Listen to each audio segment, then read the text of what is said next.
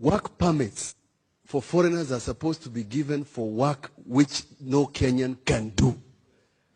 When a fellow Chinese who cannot speak English is manning a gate and Kenyans are looking for jobs, what are you talking about, you fellows? Let's get to the bottom of this matter quickly. Lastly, can we afford 1 million shillings a day? What are you saying? These people are like, this thing is going to become like the port of Sierra Leone and Sri Lanka. We are going to sell our national treasure to these people. 66% of our debt, and is growing, is to the Chinese. If you don't wake up and smell coffee, senators, and Kasakaja, I thank you for bringing this up. This is going to be something. They have given me problems. Senator was telling me about Imali Primary School. They split a school into two. The railway line is in the middle. The school is destroyed. They've refused to repair it. When they go to Makueni, when we complain, they go and bribe the teachers, give them 200,000, 300,000. We have a crisis. Sultan Ahmud had a flood recently. Why? Because of the standard gauge railway. That's the first time we had a flood there. They've blocked all culverts because of raising the railway. Let's get to the bottom of this matter, or history is going to judge us so harshly when we begin paying and selling our country to the Chinese, when we give them the port of Mombasa, Jomo Kenyatta International Airport, and part of Kenya, which we will give to the Chinese. I call it the road to Shanghai. Thank you. You are asking people not to sell. You are asking transport not to take the number of passengers they are usually taking. If they don't do that, what are you going to do? A shopkeeper who is closing his or her small shop, where he or she gains her livelihood, for 90 days, how is he or she going to survive? You are not telling me how that person is going to live. And yet you want to convince me to say yes, 90 days. And even 45 days, I don't agree with. 45 days, 1 month, 15 days, 1.5 months. Can you imagine a family person who struggles to make ends meet by selling this or that, and you ask that person to stop that, and you expect that person to be able to prevent himself or herself from this virus? What means does he or she have to do that? To eat is fundamental.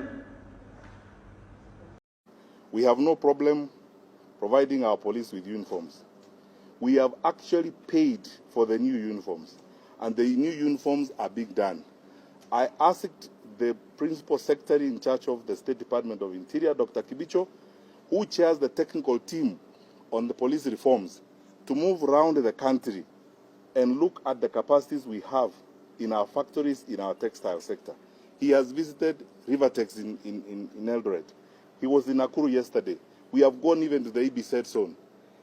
What is happening here, and I will speak about it bluntly, and let me make this revelation to you. The Inspector General, the PS, and myself have been under pressure by some quangles and all manner of spies that we should import police uniform. Listen to me very carefully. We will not import police uniform. Go and write another 10 headlines. We will not import police uniform from any country. We have to promote the local textile industry. Buy Kenya, build Kenya. How are we going to support our cotton farmers? How are we going to support our manufacturers and create jobs in our country? You know, this monkey business that has been going on for a period of time, we go to some shadowy corners and agree to import police uniform from some places and create excuses that... Isn't it simply outrageous that someone is saying we don't have material in Kenya with the kind of textile sector that we have? So why would the government put budget resources to revive Rivertex and provide jobs in Eldoret? Then we proceed like fools the following day to import police uniforms from Turkey or from China or from wherever. We have already paid. We are making uniform for our police, and take it to the bank from me. We will not import uniform. No amount of pressure, manipulation, or anything will change that position. That style of life has come to an end in Kenya. It has come to an end, and no one is going to live that way. Our uniforms will be made. We have 600 tailors at NYS and huge teams at NYS that are working on this.